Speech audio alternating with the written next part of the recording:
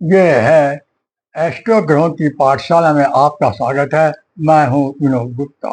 आज हम एक नए विषय के साथ चर्चा कर रहे हैं कि हस्बैंड और वाइफ दोनों में से कि सेकंड मैरिज क्यों होती है। इसका एक कारण बहुत जरूरी है, हमें इस बारे में विचार करना चाहिए। क्यों होती है ये, इसके भी बहुत सारे कारण हैं।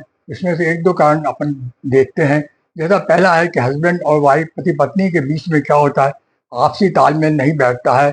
मतलब उन दोनों की जो केमिस्ट्री है वो बराबर नहीं बैठ रही है। ये क्यों नहीं बैठ रही है, ये कुंडली बराबर, इसका मतलब ये कि उनकी कुंडली का बराबर मैच नहीं किया है, इसलिए इनकी केमिस्ट्री बराबर नहीं बैठ रही है।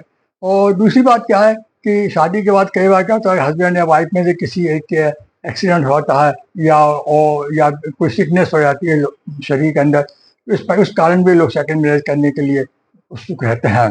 तीसरा है कि मानसिक परेशानियां बहुत ज़्यादा होती हैं, या शारीरिक मानसिक परेशानियां हैं, या कोई एक्स्ट्रा अफेयर हो जाता है, एक्स्ट्रा कोई रिलेशन बन जाते हैं लोगों के आपस में।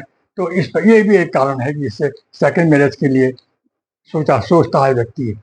तीसरा क्या कारण है कि शादी के बाद कई समय तक, लंबे समय तक उनको कोई इश्यू नहीं होता, न लड़का होता न लड़की होती है।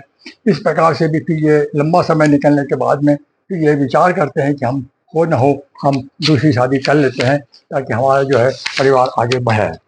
तो हम कुंडली देखेंगे तो कुंडली में ऐसे कौन से योग हैं जिस कारण से सेकंड मैरिज का योग बनता है। तो पहला क्या कारण है कि सप्तम हाउस में यदि कोई नीच का ग्रह है, नीच की कोई राशि बैठी हुई है, और उस या कोई नीच का ग्रह की उस पर दृष्टि पड़ रही है, तो भी ये जो योग बनता है। और शुक्र क्या है, बलवान होकर किसी पाप प्रभाव में बैठा हुआ है, किसी पापी ग्रह के साथ बैठा हुआ है। शुक्र जैसे राहु के साथ है, शुक्र शनि के साथ में बैठा हुआ है। और कहाँ बैठा है वो, लग्न में बैठा है, चतुर्थ भाव में बैठा है, या पंचम भाव में बैठा है, सप्तम भाव में बैठे हैं, या नवम और 11th हाउस और 12th हाउस में यदि बैठा है, तो भी एक ये प्रकार से सेकंड मैरिज के लिए आदमी का योग बनता है। और सेकंड मैरिज होने के चांसेस भी 100% दिखाई दे रहे हैं। एक और योग है कि 7th हाउस में अशुभ अशुभ योग हो गया। अशुभ योग कैसे हो गया, जैसे कोई इसमें ग्रहण दोष लग गया है, या सूर्य के साथ राहु बैठा हुआ है, या चंद्र के साथ राहु बैठे हुए हैं, या मंगल और केतु बैठे हैं, या गुरु और राहु बैठे हैं, या कोई इस प्रकार का विष दोष बना हुआ है शनि और चंद्रमा के साथ बैठ के। तो इस प्रकार से 7th हाउस जो है वो पूरी तरह से खत्म हो गया है। और मंगल और शुक्र की जो युति है वो होना बहुत जरूरी है।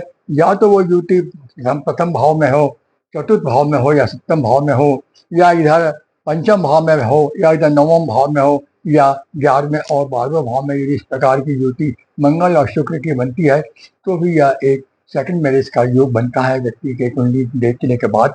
इसलिए आप अपनी कुंडली का विश्लेषण अवश्य करवाते रहें, और शादी के पहले भी कुंडलियाँ दिखाएं, ताकि इस प्रकार की समस्याएं आपके जीवन में न आए। आज यहीं तक।